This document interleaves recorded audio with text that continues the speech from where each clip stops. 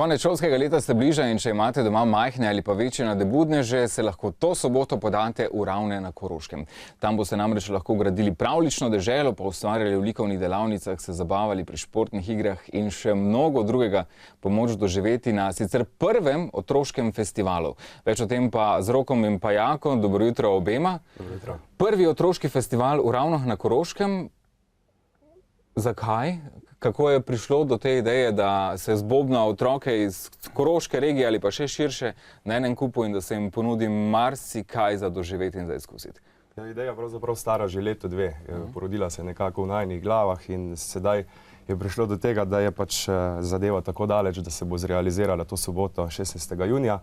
Osnovni namen je seveda pripraviti neko kvalitetno prireditev za naše najmlajše na Koroškem in to prireditev seveda tudi širiti na vse slovensko raven. Pozabljamo večkrat tudi na našo avstrijsko Koroško, na naše zamejce in tudi to je namen, da se razširimo malo čez mejo. In s tem seveda promoviramo tudi Koroško regijo, ki je večkrat zapostavljena. No? Zaščitni znak ali pa maskota prvega otroškega festivala v Ravnah na Koroškem je povodni mož. Pripeljala ste ga tudi s sabo. Zakaj povodni mož? Povodni mož je v bistvu izhaja iz Plešivca.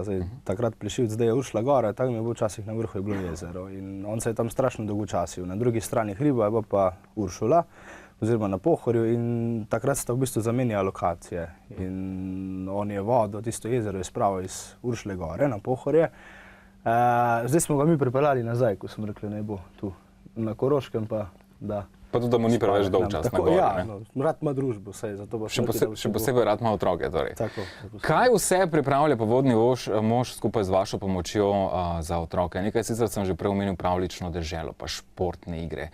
Kaj vse se bo dogajalo? No, festival je razdeljen nekako na 5 sektorjev. Prvi sektor je ta pravljična dežela, kjer se bo dogradili pravljične hiše, pravljične skulpture. Drugi sektor je oder, torej za nastopajoče, kjer se bodo predstavili folklorne skupine, pevski zbori. Skratka, vsi, ki želijo nastopati z plesom, petjem, dobrodošli. Potem tretji sektor so ustvarjalne delavnice, kjer bodo naši animatorji skupaj z otroki ustvarjali različne izdelke, športne igre. Namen je tekmovanje seveda otrok starši, tako da sodelujejo, torej medgeneracijsko sodelovanje. To so tudi starši dejansko dobrodošli, ni to, da otroke pripeljem tja in potem grem, ampak da dejansko... To je v bistvu osnovni namen. Zdaj, današnji dan je vse premalokrat pozabljamo na otroke. Lažje jih je potisniti neko obšolsko dejavnost, ko pa dejansko kvaliteten čas z njimi preživeti. In glih to je to, da se v bistvu nek dan z družino preživiš, ustvarjaš svojim otrokom, se pomeriš v športnih igrah, pač na tak način, da je v bistvu vsemu veselje. Tudi zabavni oder? Tudi zabavni oder. Tudi tam so starši vabljeni, zakaj pa ne? Drugače pa, kakšno je zanimanje? Najtežji so običajno začetki. Kakšno je zanimanje pri šolah, pri konec koncev tudi lokalni skupnosti? Zdaj, če vrednotimo število, je zaenkrat prijavljenih 450 otrok in njihovih mentorjev, tako da se tam ta številka vrti tam okrog 500-600. Treba poudariti, da to ni festival zaprtega tipa, ampak so vabljeni vsi. Razdeljen je pač na dva dela, torej na prijavljene in neprijavljene. Šole, ki so se prijavile, so pač že zagarantirani udeleženci.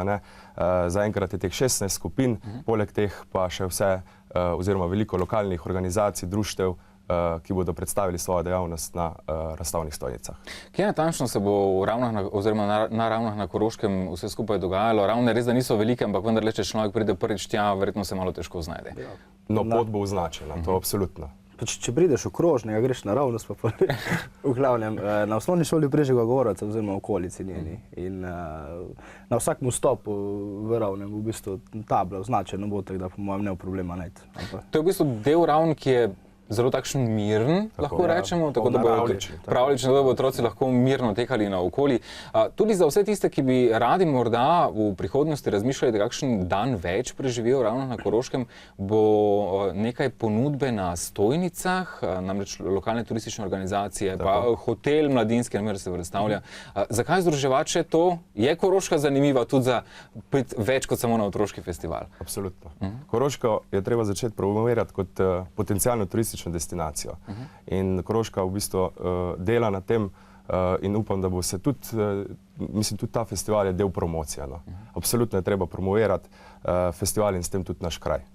Prej smo rekli, otroške delavnice pa športne igre. Kakšna posebna oprema potrebna udeleženci naj imajo oblečeno kaj, da bo čim bolj komod? V bistvu opreme sploh nobene, to smo, ko se vsak najboljš počuti. Bo pa ena zanimivost, bo pa v bistvu največji človek na jezi se igra, kar ste jih lahko videli v živo. Tako da to pa se lahko vsak pusti presenetiti, pa lahko ugiba velikost figure, koliko bo to dejansko veliko. No. Kdo bo pa lahko igral največji človek na jezi? Vsi, vsak, ko pride tja. Sam pač mora imeti 3 prijatelje ali pa 2, da se lahko pomeri v ekipi. To soboto, kdaj začnete zjutraj? Začelo se bo vse skupaj ob 11. Torej pričetek je ob 11. Treba še to poudariti, da poleg tega, da so lahko komot oblečeni, ni treba sabo nobenih pripomočkov zraven nositi. Za vse je poskrbljeno, za papire, lepila, barvice in tako naprej. Za vse je poskrbljeno. Združiti prijetno s koristnim lahko človek takole reče.